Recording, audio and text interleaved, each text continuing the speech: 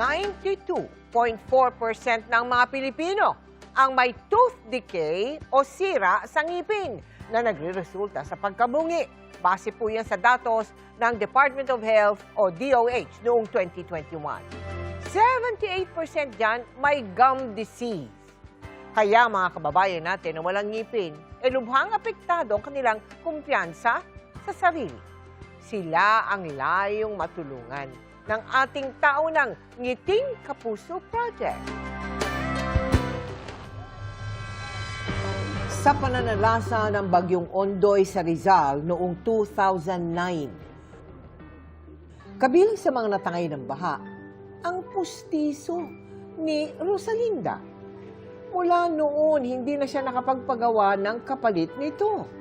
Prioridad kasi niya ang pangailangan ng 8 anak na mag-isa niyang itinataguyod. Basta man nakaiipon lang po ako ng pangbayad ng tubig sa kuryente. Linuloko po nila akong bungal. Kaya sa nalalapit niyang kaarawan, hiling niyang maibalik ang matamis niyang ngiti at kumpiyansa sa sarili. Gaya ni Rosalinda, kinabukasan rin ng mga anak ang hangad ni Angelica. Yun nga lang, hindi siya matanggap-tanggap sa ina-applyang trabaho dahil wala rin siyang ngipin. Ginaganyan ko na lang po yung bunganga ko po.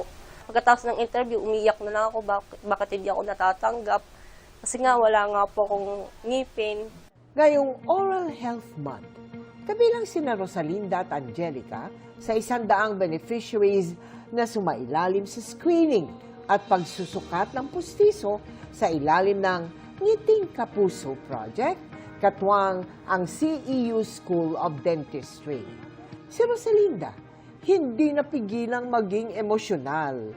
Masayang-masaya po ako kasi ito na lang po yung pa-birthday sa akin ng GMA Kapuso Foundation.